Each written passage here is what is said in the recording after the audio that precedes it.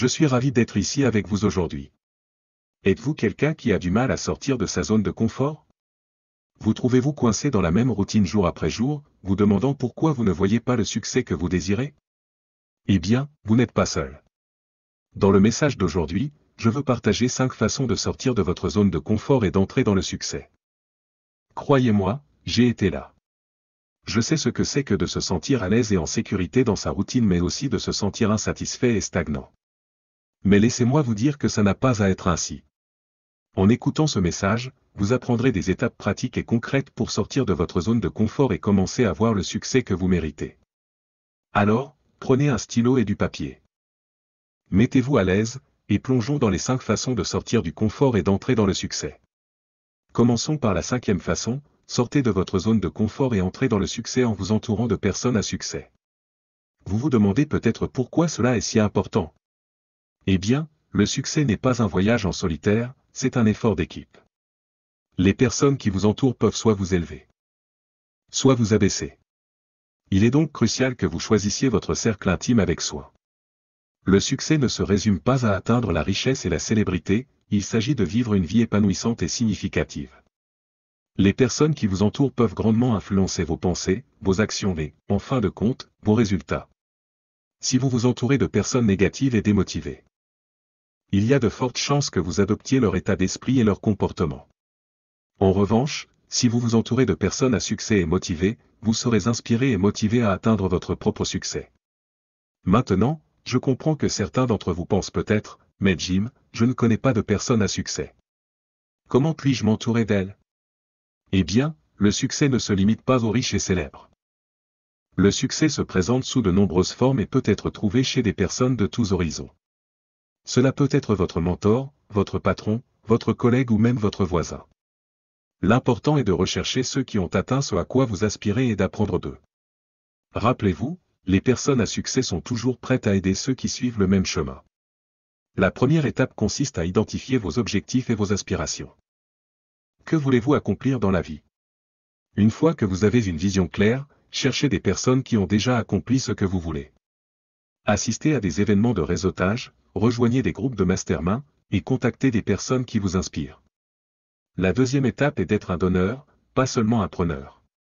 Les personnes à succès sont généreuses et toujours prêtes à partager leurs connaissances et leurs expériences. Alors, quand vous rencontrez quelqu'un que vous admirez, ne demandez pas seulement de l'aide ou des conseils, offrez quelque chose en retour. Cela peut être votre temps, vos compétences ou même une simple note de remerciement. En étant un donneur, vous bâtirez des relations authentiques et significatives avec des personnes à succès. La troisième étape est d'être ouvert d'esprit et prêt à apprendre. Les personnes à succès apprennent et grandissent constamment. Elles n'ont pas peur d'admettre leurs erreurs et de chercher des conseils auprès des autres. Soyez donc ouverts aux nouvelles idées et perspectives. Posez des questions et écoutez attentivement. Et surtout, soyez humbles et prêts à apprendre de ceux qui ont déjà accompli ce que vous désirez. La quatrième étape est d'être persistant et constant. S'entourer de personnes à succès n'est pas un événement ponctuel, c'est un processus continu. Vous devez être persistant dans la recherche de nouvelles connexions et constant dans l'entretien des relations existantes. Rappelez-vous, le succès n'est pas une destination, c'est un voyage. Et en vous entourant de personnes à succès, vous aurez un système de soutien pour vous guider et vous motiver tout au long du chemin. Et enfin, la 5e et plus importante étape est d'être reconnaissant. La gratitude est la clé du succès. Soyez reconnaissant pour les personnes dans votre vie qui vous ont aidé et soutenu. Et surtout, soyez reconnaissant pour les personnes à succès dont vous vous êtes entouré. Faites-leur savoir à quel point vous les appréciez et l'impact qu'ils ont eu sur votre vie. La gratitude renforcera non seulement vos relations mais attirera également plus de succès dans votre vie. Ce qui nous amène au numéro 4, sortir de sa zone de confort pour atteindre le succès en apprenant de ses échecs. Je sais ce que vous pensez peut-être, échec? Ce n'est pas quelque chose que je veux envisager, encore moins apprendre de lui. Mais laissez-moi vous dire, l'échec n'est pas quelque chose à craindre. En fait, c'est une partie nécessaire du chemin vers le succès. Pensez Y. Chaque personne à succès que vous connaissez a connu l'échec à un moment donné de sa vie. De Thomas Edison à Steve Jobs, l'échec était un compagnon constant sur leur route vers le succès. Mais ce qui les distingue de ceux qui n'ont jamais réalisé leurs rêves, c'est qu'ils n'ont pas laissé l'échec les arrêter. Ils en ont tiré des leçons, ils ont grandi grâce à lui, et ils l'ont utilisé comme un tremplin vers leurs objectifs. Alors, mes amis, je veux vous défier d'embrasser l'échec. Embrassez-le comme un enseignant, comme un guide et comme une partie nécessaire de votre voyage vers le succès. Lorsque nous restons dans nos zones de confort, nous nous limitons. Nous limitons notre potentiel, notre croissance et nos opportunités. Mais lorsque nous sortons de nos zones de confort et que nous plongeons dans l'inconnu, c'est là que la magie opère. Maintenant, je ne dis pas que c'est facile. Sortir de nos zones de confort peut être effrayant. Cela signifie affronter nos peurs, prendre des risques et être vulnérable. Mais laissez-moi vous dire, la récompense en vaut la peine. La récompense de la croissance, des nouvelles expériences et de la réalisation de nos rêves vaut tout inconfort que nous pourrions ressentir. Mais comment apprenons-nous de nos échecs? Comment les transformons-nous en tremplin vers le succès? Eh bien, la première étape est de changer notre état d'esprit. Au lieu de voir l'échec comme une expérience négative, nous devons le voir comme une opportunité d'apprendre et de grandir. Comme le dit le proverbe, il n'y a pas d'échec, seulement des retours d'informations. Alors, lorsque nous connaissons un échec, nous devons nous demander, que puis-je apprendre de cela? Comment puis-je m'améliorer la prochaine fois? La deuxième étape est de prendre la responsabilité de nos échecs. Il est facile de blâmer les autres ou des circonstances extérieures pour nos échecs, mais la vérité est que nous sommes maîtres de nos propres vies. Nous devons assumer nos échecs et les utiliser comme un catalyseur pour le changement. La troisième étape est d'analyser nos échecs. Nous devons prendre du recul et examiner objectivement ce qui a mal tourné. Quels étaient les facteurs qui ont conduit à notre échec? Que pouvions-nous faire différemment? En analysant nos échecs, nous pouvons identifier des schémas et apporter les ajustements nécessaires pour les futures entreprises. La quatrième étape est d'utiliser nos échecs comme motivation. Au lieu de laisser l'échec nous abattre, nous devons l'utiliser comme carburant pour nous conduire vers le succès. Qu'il soit un rappel de la raison pour laquelle nous avons commencé et qu'il nous pousse à continuer, à essayer sans cesse, et à ne jamais abandonner. Et enfin, la cinquième étape est de continuer à avancer. L'échec n'est pas la fin, ce n'est qu'un revers temporaire. Nous devons nous relever, nous dépoussiérer et continuer à avancer vers nos objectifs. Rappelez-vous, le succès n'est pas une ligne droite, c'est un voyage avec des hauts et des bas. Ce sont les échecs qui rendent le succès encore plus doux. Ce qui nous amène au numéro 3, sortir de sa zone de confort pour atteindre le succès en prenant des risques. Les risques sont effrayants et imprévisibles, mais laissez-moi vous dire ceci. Le succès ne vient pas à ceux qui jouent la sécurité. Il vient à ceux qui sont prêts à prendre des risques et à embrasser l'inconnu. Pensez Y, chaque personne à succès que vous connaissez a pris un risque à un moment donné de sa vie. Ils ont quitté leur zone de confort et poursuivi leurs rêves même lorsque les chances étaient contre eux. Et c'est la clé du succès, avoir le courage de prendre des risques et la détermination de les mener à bien. Maintenant, je ne dis pas que vous devez prendre des risques inconsidérés sans aucune réflexion ou planification. Non, ce que je dis, c'est que vous devez prendre des risques calculés, des risques qui ont le potentiel de vous rapprocher de vos objectifs et de vos rêves, des risques qui vous mettront au défi et vous pousseront hors de votre zone de confort astérisque, ce qui nous amène au numéro 2. Sortir de sa zone de confort pour atteindre le succès en se fixant des objectifs. Fixer des objectifs n'est pas un concept nouveau, mais c'est un concept souvent négligé ou auquel on n'accorde pas l'attention qu'il mérite. Voyez-vous, les objectifs sont la feuille de route vers le succès. Ils sont la lumière qui nous guide vers nos rêves et aspirations. Sans objectif, nous dérivons simplement à travers la vie, allant où le vent nous mène. Mais avec des objectifs, nous avons une direction claire et un but. Alors, comment fixons-nous des objectifs de manière efficace? La première étape pour fixer des objectifs est d'avoir une vision claire. Vous devez savoir ce que vous voulez accomplir dans la vie. Une fois que vous avez une vision claire, la prochaine étape est de transformer cette vision en objectif. Et voici où la plupart des gens commettent une erreur, ils fixent des objectifs vagues et généraux. Par exemple, je veux réussir ou je veux être riche. Ce ne sont pas des objectifs, ce sont des souhaits. Les objectifs doivent être spécifiques et mesurables. Au lieu de dire « je veux réussir », dites « je veux créer ma propre entreprise et gagner 100 000 $ la première année ». C'est un objectif spécifique et mesurable. La prochaine étape est de diviser vos objectifs en tâches plus petites et réalisables.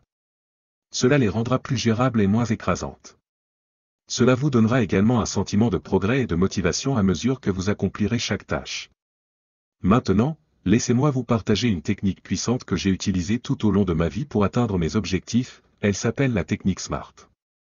SMART signifie spécifique, mesurable, atteignable, pertinent et limité dans le temps. Permettez-moi de vous l'expliquer. Spécifique, comme je l'ai mentionné précédemment, vos objectifs doivent être spécifiques. Plus ils sont spécifiques, plus il sera facile pour vous de créer un plan d'action. Mesurable, vos objectifs doivent être mesurables. Cela signifie que vous devez avoir un moyen de suivre votre progrès et de savoir quand vous avez atteint votre objectif. Atteignable, vos objectifs doivent être atteignables. Cela signifie qu'ils doivent être réalistes et à votre portée. Fixer des objectifs irréalistes ne mènera qu'à la déception et à la démotivation. Pertinent, vos objectifs doivent être pertinents par rapport à votre vision globale et à votre but dans la vie.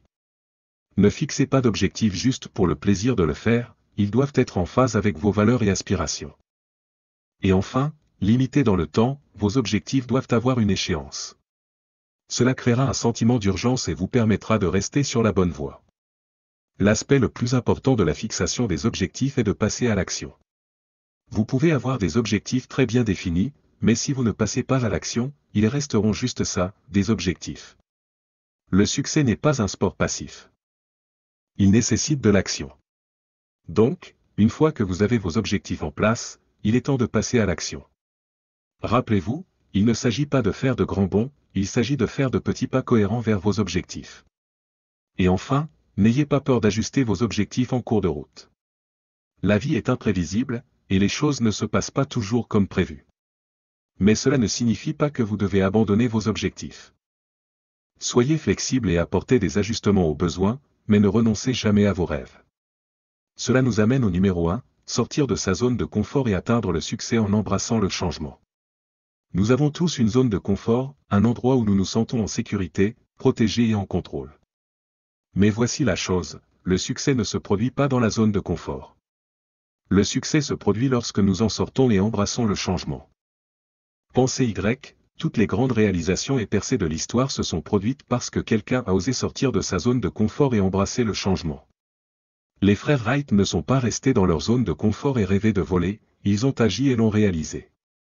Steve Jobs n'est pas resté fidèle aux façons traditionnelles de faire les choses, il a embrassé le changement et révolutionné l'industrie technologique. Et je ne serais pas là aujourd'hui si je n'avais pas quitté ma zone de confort et embrassé le changement. Alors, que signifie embrasser le changement? Cela signifie être ouvert à de nouvelles idées et perspectives. Cela signifie être prêt à apprendre et à s'adapter. Cela signifie prendre des risques et être à l'aise dans l'inconfort. Cela signifie être résilient et ne pas abandonner face aux défis. Cela signifie être proactif et non réactif. Cela signifie être le conducteur de votre vie, pas simplement un passager. Maintenant, je comprends que le changement peut faire peur. Cela peut nous rendre vulnérables et incertains. Mais laissez-moi vous dire ceci, la seule façon de grandir et d'atteindre le succès est de sortir de notre zone de confort. Notre zone de confort est comme une bulle. Et plus nous y restons, plus elle rétrécit. Mais lorsque nous en sortons, nous élargissons notre bulle, et avec elle, notre potentiel de croissance et de succès. Je veux que vous pensiez à un moment de votre vie où vous avez embrassé le changement. Peut-être que c'était le début d'un nouvel emploi, le déménagement dans une nouvelle ville, ou même l'essai d'un nouveau passe-temps. Comment cela vous a-t-il fait sentir? Je parie que c'était effrayant au début, mais une fois que vous avez fait ce saut de foi, vous avez réalisé que c'était la meilleure décision que vous auriez pu prendre. Et c'est là toute la beauté du changement, il ouvre des portes d'opportunités que nous ne connaissions même pas. Maintenant, laissez-moi partager avec vous 3 moyens pratiques d'embrasser le changement et de sortir de votre zone de confort. Premièrement, cultivez un état d'esprit de croissance. Un état d'esprit de croissance est la croyance que nous pouvons apprendre, nous développer et nous améliorer grâce à nos efforts et à nos expériences. C'est l'opposé d'un état d'esprit fixe, qui croit que nos capacités et nos talents sont prédéterminés et ne peuvent pas être changés. Lorsque nous avons un état d'esprit de croissance, nous voyons le changement comme une opportunité d'apprendre et de grandir plutôt que comme une menace. Deuxièmement, entourez-vous de personnes qui vous défient et vous inspirent. Comme le dit le dicton, nous sommes la moyenne des 5 personnes avec lesquelles nous passons le plus de temps. Si vous voulez sortir de votre zone de confort et atteindre le succès, vous devez vous entourer de personnes qui sont également dans cette démarche. Des personnes qui vous pousseront à être la meilleure version de vous-même et vous soutiendront dans les hauts et les bas du changement. Et enfin, passez à l'action. La plus grande barrière à l'embrassement du changement est notre propre inertie. Nous nous habituons à la façon dont les choses sont, et nous résistons à toute forme de changement. Mais voici la vérité, rien ne change si rien ne change. Alors, faites ce premier pas, même s'il est petit, puis faites un autre pas, et encore un autre. Avant même de vous en rendre compte, vous serez bien engagé sur la voie du succès. Rappelez-vous, le succès n'est pas une destination, c'est un voyage. Et ce voyage exige que nous sortions de notre zone de confort et embrassions le changement. Le changement n'est pas quelque chose à craindre, c'est quelque chose à embrasser. Alors allez-y et embrassez le changement, et je vous promets, le succès suivra. Merci. Je définis le leadership comme le défi de s'élever au-dessus de la médiocrité, d'embrasser de nouveaux défis et opportunités. On dit que, alors qu'Abraham Lincoln se tenait au chevet de sa mère mourante, ces derniers mots l'ont exhorté à « être quelqu'un », AB. Si cette anecdote est vraie, Lincoln l'a manifestement pris à cœur, se propulsant vers la grandeur dès ce moment. Dans le domaine du leadership, attirer des individus de haut calibre dépend de son propre engagement envers l'excellence. Le leadership est la capacité d'attirer les autres vers les talents, compétences et opportunités que l'on présente, que ce soit en tant que propriétaire d'entreprise, manager ou parent. Je considère le leadership comme le défi ultime de la vie, se manifestant dans divers domaines tels que la science, la politique, l'industrie, l'éducation et les ventes. Et voici un défi de taille, l'un des plus grands, la parentalité. Le défi suprême du leadership est la parentalité, non seulement préparer nos commerciaux et collègues d'affaires pour le XXIe siècle, mais aussi préparer nos enfants pour celui-ci. Maintenant, ce qui est crucial dans le leadership, c'est le raffinement. Tout leadership exceptionnel se raffine continuellement jusqu'à atteindre le raffinement et l'efficacité. Voici quelques raffinements, apprenez à être fort mais pas grossier. Ce raffinement implique des étapes supplémentaires pour devenir un leader puissant, capable et ayant une grande influence. Certaines personnes confondent la grossièreté avec la force, cependant, ce n'est pas un substitut approprié. Ensuite, soyez aimable mais pas faible. Nous ne devons pas confondre la gentillesse avec la faiblesse. La gentillesse est une forme de force. Nous devons être assez aimables pour dire la vérité aux autres, assez prévenants pour être francs et nous abstenir de nous complaire dans des illusions. De plus, apprenez à être audacieux mais pas tyrannique. Gagner la journée et poursuivre des ambitions nécessite de l'audace. Vous devez être prêt à affronter les défis de front. Bien que l'agriculture ne soit pas une tâche facile. Pour récolter, il faut être audacieux et saisir les opportunités. Ensuite, soyez humble mais pas timide. La timidité ne vous mènera pas à la grande vie. L'humilité, en revanche, est une vertu, une reconnaissance de l'immensité de l'univers et de notre place en son sein. L'humilité reconnaît l'unicité de l'expérience humaine. Voici un autre raffinement, soyez fiers mais pas arrogants. La fierté est nécessaire pour la réalisation. La communauté et l'accomplissement. Cependant, il est crucial de maintenir la fierté sans tomber dans l'arrogance. Le pire type d'arrogance découle de l'ignorance, ce qui est à peine tolérable et peut être coûteux. Considérons une histoire de mise en garde, un jeune couple de jeunes mariés, portés par leur fierté, reçoit de l'argent de leurs parents pour acheter de nouveaux meubles de patio. Le jeune couple se rend au magasin et choisit l'ensemble parfait. Il se dirige vers la caisse où le caissier scannait le code UPC. En remarquant qu'il y a 4 chaises dans le conteneur mais qu'ils ne sont facturées que pour une seule, le couple le signale au caissier.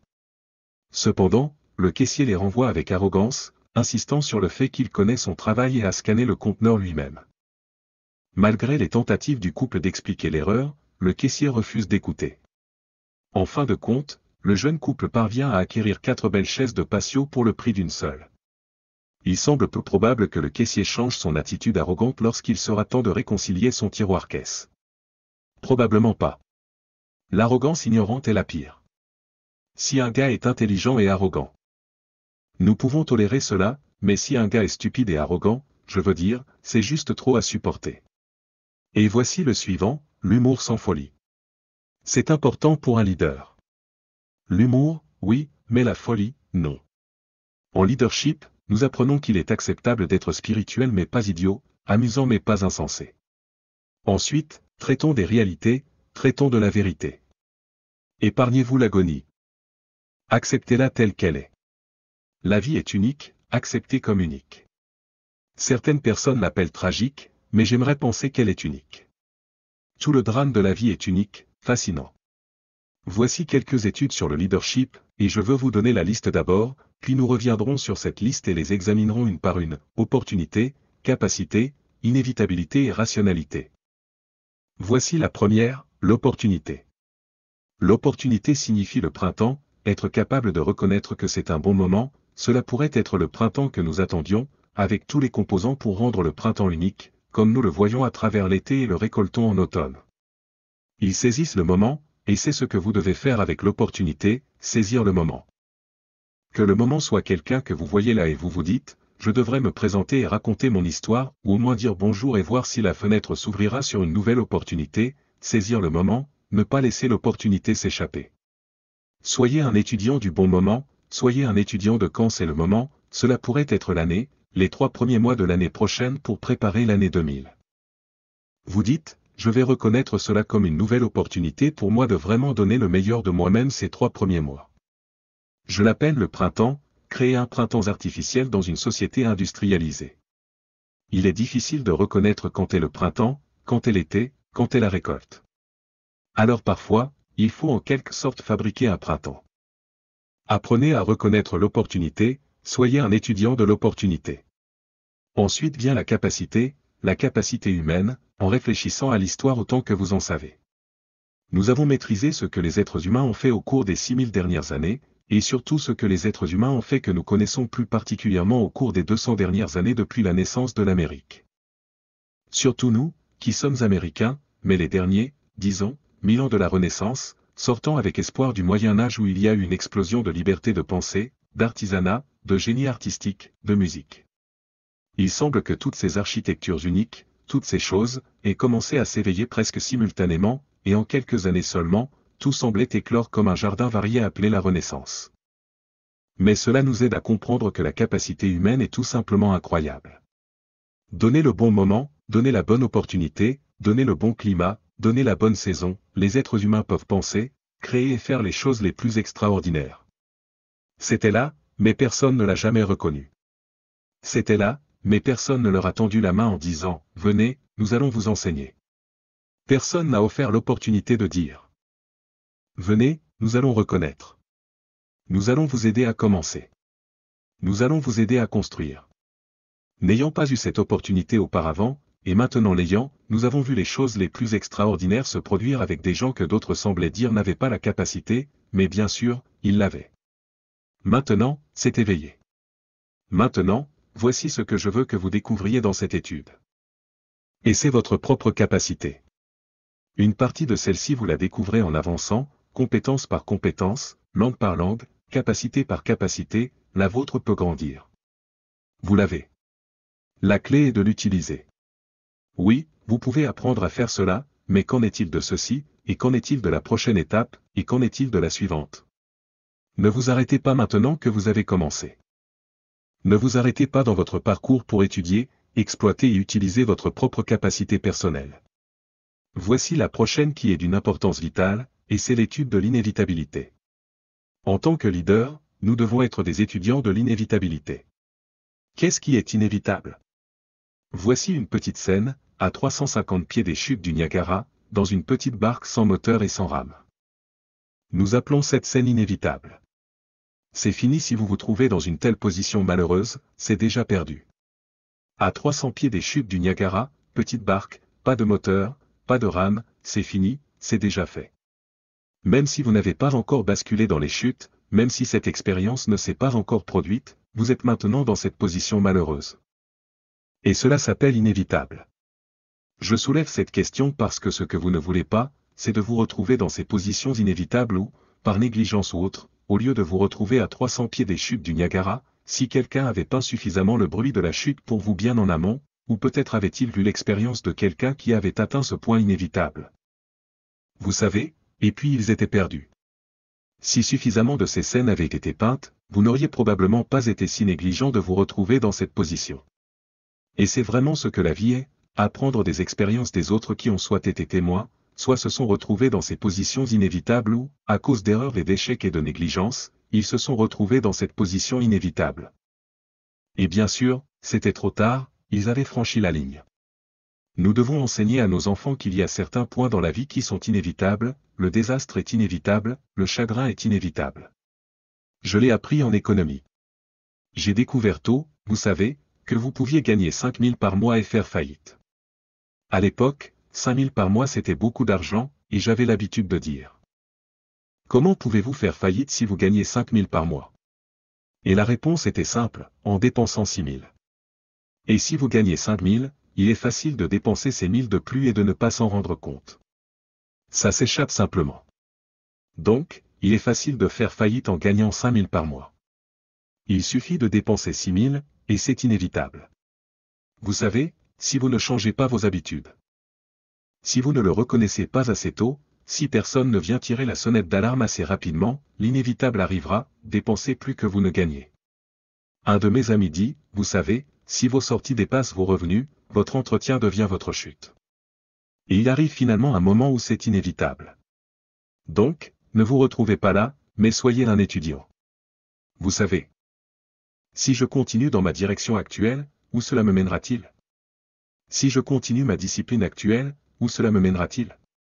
Et mon manque de discipline accumulé sur une certaine période de temps, où cela me mènera-t-il? Vous savez, si vous ne prenez pas suffisamment de ce nutriment, c'est inévitable sur une certaine période de temps. Et cela combiné à cela, maintenant c'est vraiment inévitable. Un jour, trop tard, et à moins qu'il y ait un ajustement, quelqu'un pour raconter l'histoire, vous dites, Marie, c'est inévitable. Donc, la clé est d'être un étudiant de l'inévitabilité, pour ne pas vous retrouver dans cette position impossible où vous avez franchi la ligne, et maintenant c'est trop tard.